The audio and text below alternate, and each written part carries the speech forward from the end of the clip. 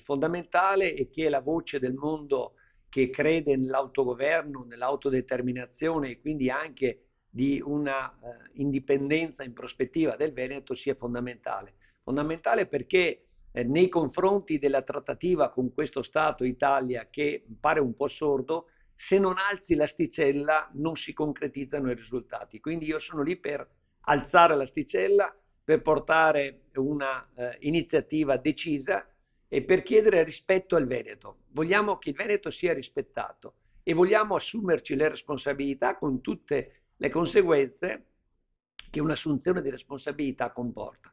Quindi questi sono i nostri presupposti.